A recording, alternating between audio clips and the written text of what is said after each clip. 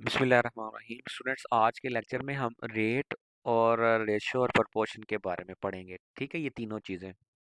तो सबसे पहले देखें रेट होता क्या है स्टूडेंट्स।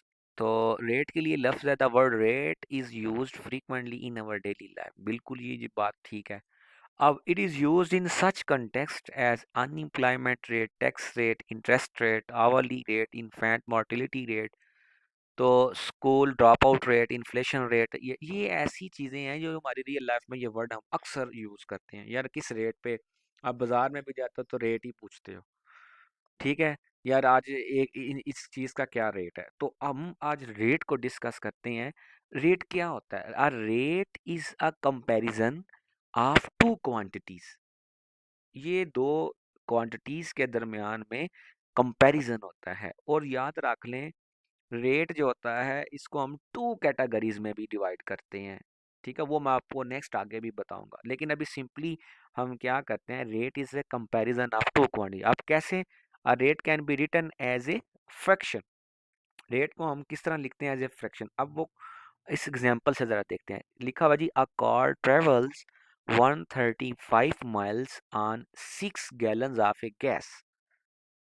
क्या ये एक कार है वो 6 गैलन्स जो है ऑफ गैस यूज करती है कितने माइल्स में? 130 माइल्स के लिए। तो अगर हमने इसको रेट की शक्ल में स्टूडेंट्स लिखना है ना, तो कैसे लिखेंगे? वो होगा the miles to gallons rate. ये बात समझिएगा। ठीक है, इसी लाइन को हम किस में कन्वर्ट कर रहे हैं? रेट्स में। तो कैसे लिखेंगे? Miles to gallons rate is written, हम लिखेंगे 135 माइल्स ओवर 6 गैलन्स। ठीक है, तो ये हमें क्या इंफॉर्मेशन, ये अब आपके सामने ये फ्रैक्शन लिखी हुई आती है, तो हमें ये क्या चीज़ इंफॉर्मेशन दे रही होती है? तो ये हमें ये बता रही है कि 6 गैलन्स में वो किधर कितने माइल्स ये मूव किया है? 135 माइल्स। तो ये इसके जो यूनिट्स हैं वो इसका माइल्स है और नीचे वाले का गैलन्स है। तो इसमें हमेशा याद रख लें, रेट जो होता है, मैंने क्या कहा, ये कंपैरिजन होता है टू क्वांटिटीज में। तो टू सेम क्वांटिटीज भी होता है और टू डिफरेंट क्वांटिटीज भी होता है। समझ आ गई है स्टूडेंट? तो ये अभी देखें तो ये डिफरेंट दोनों क्वांटिटीज हैं। माइल्स और गैलन्स के दरमियान में रेट था और ये फ्रैक्शन है। अब आपको ये भी पता चल गया कि ये रेशो जो लिखी हुई है ये क्या इंफॉर्मेशन दे रही है। ठीक है,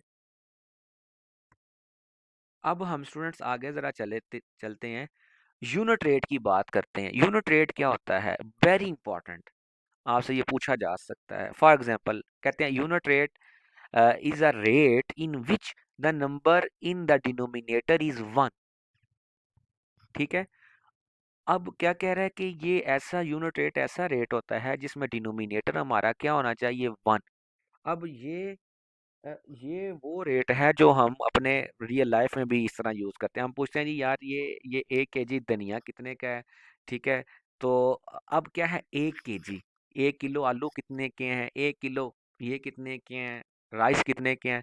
तो इसका क्या रेट है? ऐसे ही पूछते हैं ना हम। तो इस चीज को, ये यूनिट रेट के बारे में है, ये है यूनिट्स ही है। ठीक है, तो इसमें हम यूनिट रेट्स को कहते, यूनिट रेट क्यों है? क्योंकि इसके डिनोमिनेटर में यूनिट आ गया, 1 आ गया।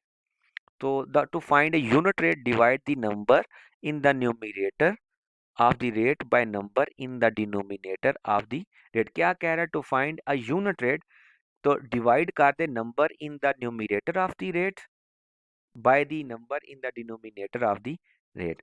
क्या कह रहा है? दो नंबर्स हैं, ठीक है, उन दोनों को आप इस तरह डिवाइड की शक्ल में लिख लो। ठीक है, कैसे? इस पिछली एग्जांपल से जरा हम, अगर मैं बात समझाना चाहूँ आपको, इसका स्टूडेंट आपने अगर यूनिट रेट निकालना है तो वो क्या कह रहे हैं कि जो आपका डिनोमिनेटर है ना, ये क्या है? 6 है। क्योंकि हम डिनोमिनेटर में 1 लाना चाहते हैं, तो आप डिनोमिनेटर पे देखो 6 है, तो ऊपर भी न्यूमिनेटर को भी और डिनोमिनेटर को 6 पे डिवाइड कर दो। ठीक है कि नहीं? तो जब आप इसको 6 पे डिवाइड करोगे, 135 को 6 पे डिवाइड किया तो 22.5 आ गया, ये आ गया। और नीचे आई 6 है, तो 6 को 6 पे करोगे तो 1। अब आपको पता चल रहा है कि the unit rate is 1 gallon जो है उसमें वो कितने माइल्स मूव कर रहा है? 22.5। अब मेरे ख्याल में आपको बात समझ आई होनी है। यही वर्डिंग है जो हम अपनी रियल लाइफ में आम यूज कर रहे हैं।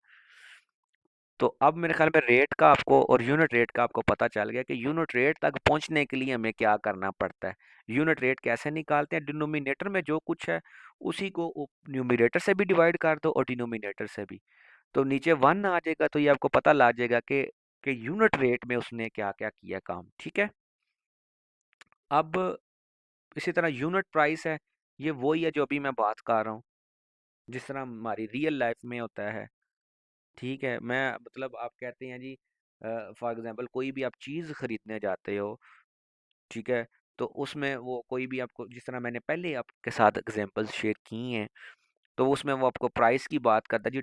2 pounds of for example rice है या फ्लोर है, उसके उसका जो है रेट है वो है जी $25। ठीक है, तो एक नई चीज़ आ जाती है, मैं पूछता हूँ जी 2 kg का, आप तो आपने बताया $25। जब वन का क्या होगा, तो आपको मैंने तरीका कार बता दिया कि वन तक पहुंचने के लिए आप क्या करो, डिनोमिनेटर पे आप डिवाइड कर दो दोनों को। और ये भी है कि आपने ना रेट खुद डिफाइन करना होता है। वो सबसे ऊपर मैंने आपसे बात शेयर की थी, ये किधर गया, इसमें कि वो ये जो आप रेशो बनाते हो ना, लिखा तो भाई ये है कार ट्रेवल्स 130 माइल, ये तो एक लाइन है, लेकिन उसने रेट में इसको कैसे कन्वर्ट किया, ये उसकी अपनी चॉइस है। माइल्स टू गैलन्स रेट, ये आप खुद इसको इस तरह बना सकते हो। अब बात आ जाती है रेशो की। रेशो को भी जरा पढ़ते हैं। A ratio is the comparison of two quantities, ये भी इसी में ही आता है। ये रेट की ही किस्म समझ लें, लेकिन इसमें क्या होता है, जो हम कंपैरिजन करते हैं वो टू सेम क्वांटिटीज में करते हैं, ऊपर भी और नीचे भी। ठीक है, इसमें जो रेशो के एज ए फ्रैक्शन ये इस तरह लिखते हैं रेशो, उसकी सिंबल क्या होती है, ये कॉलन, ये सिंबल है। टू नंबर्स को आप ऐसे लिख दो, या इंग्लिश में अगर लिखना है तो आप लिखो 2 to 3। तो ये रेशो को ही रिप्रेजेंट करता है। आप पता लग गया स्टूडेंट, इसके 3 डिफरेंट वेज मैंने आपसे शेयर करती हैं। अब यहाँ पे ना, अगर आपको सिंपल अगर बताना चाहूँ कि यहाँ पे हम देख लेते हैं, अब इस क्वेश्चन को आप पढ़ेंगे ना, जरा क्या लिखा हुआ है अकॉर्डिंग टू, मैं एक एग्जांपल जरा करवाता हूँ आपकी अंडरस्टैंडिंग के लिए। कह रहा है जी, according to the recent census there are 50 million married women in the United States and 30 million of these women work in labour force. क्या कह रहा है, the ratio of the number of married women who are employed in labour force to the, इसकी ratio मालूम करनी है, to the total number of married women in the country. उन दोनों की आपने क्या करना है, रेशो। इंग्लिश में लिखा हुआ था 2, तो आप पहले ऊपर क्या था 30 मिलियन, ये 30 मिलियन है, नीचे 50 मिलियन है। तो इनको आप करोगे तो ये हमारे पास आ गया 3/5 फ्रैक्शन फॉर्म में, 3:5 कॉलन की फॉर्म में, 3:5 इंग्लिश में। 3 वेज मैंने बता दिए। अब ये बता क्या रही है रेशो, ये असल बात है। The ratio 3:5 tells us that 3 out of every 5 married women in the United States are part of labor force। अब बात समझ आई है कि रेशो किस चीज को डिफाइन कर रही है। हर 5 वुमेन्स में से 3 जो हैं, 3, सॉरी, क्या कह रहा है, 3 out of every 5, वही बात जो मैं अभी पहले कह रहा था, of 5 married women in the United State are a part of labour force. अब बात क्लियर मेरे ख्याल में आप स्टूडेंट तो होगी होनी है, आपको रेशो की भी समझ आ गई है। तो ये उसके कुछ क्वेश्चंस हैं, ये आप कर लीजिएगा, आपको इनका आइडिया हो जाएगा रेशियोज के रिलेटेड। मैंने ये एग्जांपल आपको बता दी है, आप खुद से कोई रियल लाइफ। अब इसी तरह अगर रेशो को मैं कहूँ स्टूडेंट्स के, ये देखें ज़रा ऊपर, इसी इसी चीज़ को ना मैं अगर कहूँ जी यूनिट रेशो बताओ, तो आपने क्या करना, डिनोमिनेटर पे ही डिवाइड कर देना ऊपर और नीचे को, तो आपको पता लग जाएगा कि एक में, एक के लिहाज से वो कितना उसने, कितनी कितनी वो क्राइटेरिया, वो आपको समझ आ जाएगा। ठीक है। तो अल्लाह ताला आप सबको हामी और नासिर हो। ये आज के लेक्चर में हमने रेशियो को पढ़ा है। नेक्स्ट हम प्रोपोर्शंस के बारे में पढ़ेंगे और उसकी टाइप्स के बारे में।